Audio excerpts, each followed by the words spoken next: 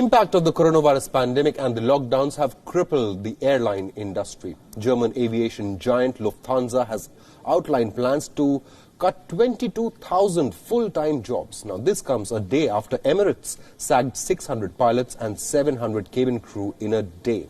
The airline industry will take months, if not years, to recover from the COVID-19 impact. Reports say Lufthansa will sack around 11,000 people in Germany alone during this process. The airline employs more than 135,000 people worldwide, and about half of them are working in Germany. Lufthansa met with trade unions on the 10th of June and has set a goal of reaching agreement on the proposed job cuts within a week. The carrier predicted a slow recovery in demand and expected to have about 100 fewer aircraft after the crisis. Lufthansa says job cuts are necessary at this point of time so that the company could get a better restart in the future after the crisis gets over. The next 12 to 18 months. German government and Lufthansa are yet to sign the agreed terms of a rescue deal worth $10 billion. Meanwhile, Lufthansa shareholders and the European Commission have not signed the deal which offers German government a 20% stake in Lufthansa. Lufthansa isn't the only airline laying off people in an effort to sustain its presence in the competitive global aviation market. Dubai-based Emirates Airlines would cut thousands of jobs, including 600 pilots and 700 cabin crew members that it has already laid off. British Airways is planning to make 12,000 employees redundant, with more than 1,000 pilots' position at risk. Virgin Atlantic, which employs 10,000 people, said it will cut 3,000 jobs. Around 3,000 workers from Ryanair could be asked to leave the company as well, whereas London-based EasyJet is cutting around 30% of its workforce. That will result into an entrenchment of 4,500 employees.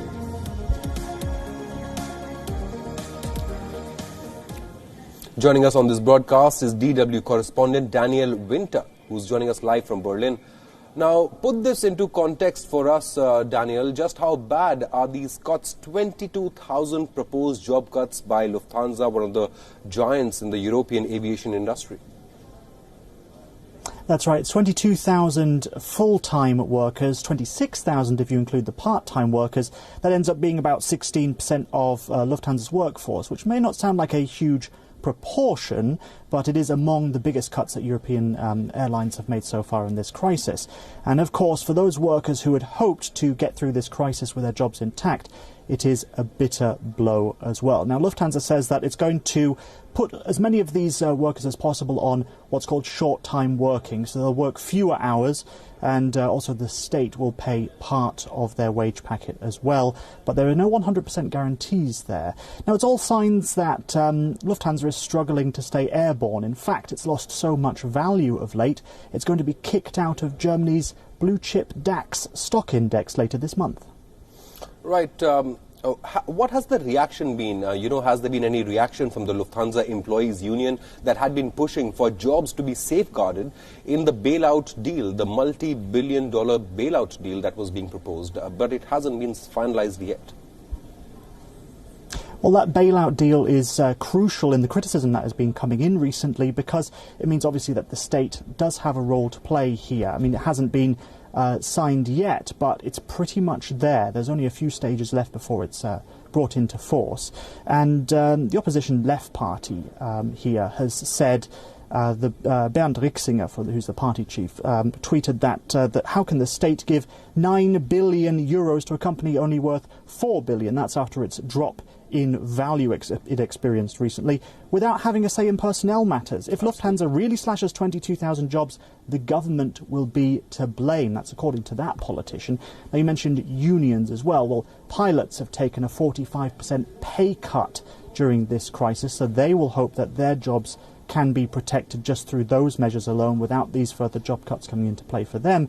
But one workers' union at Lufthansa told us here at DW that they will go along with these job cuts as long as none of these positions are permanently cut. Right. So what next for European airlines, Daniel? Is there any good news on the horizon as far as the aviation sector is concerned, not only in Europe but across the world? Because Europe is looking to salvage its summer tourism season, so there may be some hope on the horizon. There is a little bit of hope on the horizon, so we see various economies beginning to open up again, Germany, France and Spain. The problem for airlines, though, is that there's a real patchwork of regulations. So the UK, for example, is still implementing its 2-week quarantine measures for anyone who goes into the country. Now, that, of course, has an impact on airlines. Budget carriers here like EasyJet or Ryanair, they expect to have about 60% of their capacity up and running by next month about. But IATA, which is the airline association, says that airlines won't get fully back on track until 2023. And now it's because of that even though economies are relaxing the rules a bit, beginning to open, maybe tourism will get started again slowly but surely, job cuts still need to be made, according to the airlines. Right. Daniel, thank you so much for joining us from DW News, getting us all the updates, not only in Lufthansa, but European aviation industry. And as Daniel was also mentioning, 3 British airlines are now combining to sue the British government over its quarantine rules. Daniel, thank you so much for joining us on this broadcast.